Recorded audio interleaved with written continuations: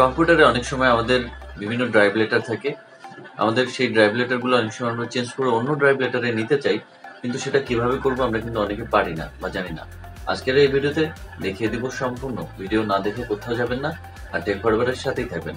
আপনার কম্পিউটারে যে ড্রাইভ লেটারগুলো রয়েছে, এই ড্রাইভ লেটার একটা যদি খেয়াল করেন, এটা ই, এটা এফ।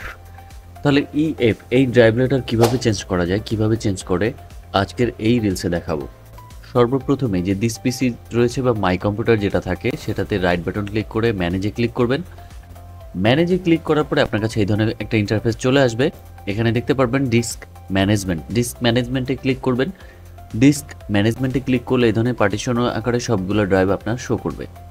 এখন আপনি যে ড্রাইভ লেটারটা চেঞ্জ করতে চাচ্ছেন, যেমন ই আর এফ দুইটা ড্রাইভ লেটার আছে, আমি এফটাকে চাচ্ছি ডি করব।